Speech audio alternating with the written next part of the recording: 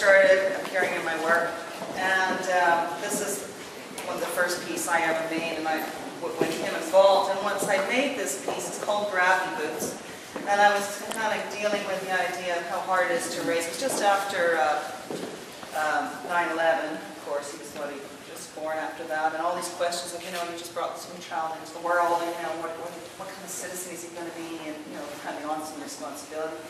And I was playing off the words of gravity boots to sort of keep him a grounded person. They're made out of pot rivets and rubber boots, and I'm really drawn to industrial materials. I've gone through many a Home Depot aisle to get inspiration.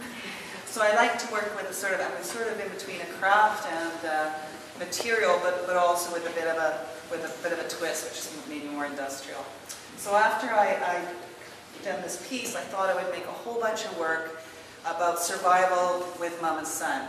And these were going to be really Canadian. I had a tent, and I have a boat and a sleeping bag, and I was going to really use the sort of landscape and being Canadian to talk about this relationship with my son and my neuroses. So I ended up making this fortress. It's modeled after, for those parents who might recognize it, it's an IKEA play tent. And they usually come with a little tunnel, and I've just extended that tunnel. At this stage, I was dealing with a toddler, and you're trying to keep them safe, always hovering around them. So this piece is made out of 120,000 grommets. And I think it was really important for me to use that kind of obsessive behavior for two reasons. One, because as parents, you're always telling them the same thing, you bring up the same thing, and it never changes. And secondly, just as a physical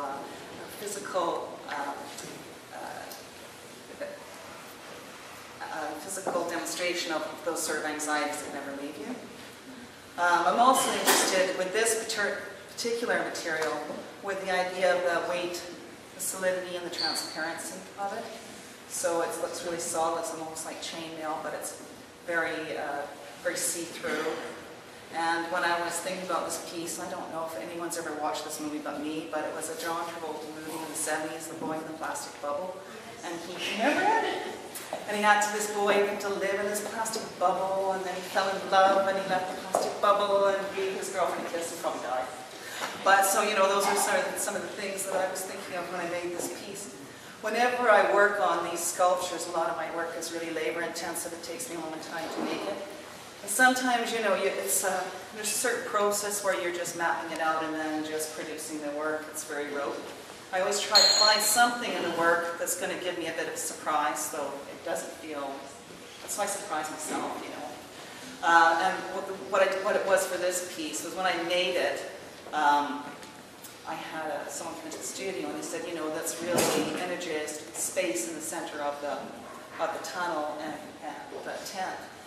And I decided to put breathing holes on it. So I just flipped it a bit between, are we protecting, are we smothering, it's a bit, well, a friend said to me when he saw this piece, you're a bit of a scary mom, aren't you? I was a bit, then I was really erotic about showing it. I thought everyone would think I was a terrible mother because, I put my kid in this, but I obviously didn't. But, so I'm just talking, so this work deals with those sort of issues. And then the last piece I created was the life preserver there. It's modeled after a 50s keyhole life preserver. And it's, I think, really a stand-in for me. There are times when you wish you had that many arms, and then when you're a new mother, you're getting touched all the time. Really, you could almost do with the preserver to leave some distance from me, touch. So, and also for me, it's dealing with that stage when kids get to a point in their lives where they're going off into the world, and you're sort of, you're just a bystander then, aren't you? You're waiting, you're kind of ready to help them if they need your help, but you don't want to be too cloying. But those arms are kind of cloying and impotent, I think. And I made that piece by making a lance out of my arm and then making a pattern and so on. So I think that's the...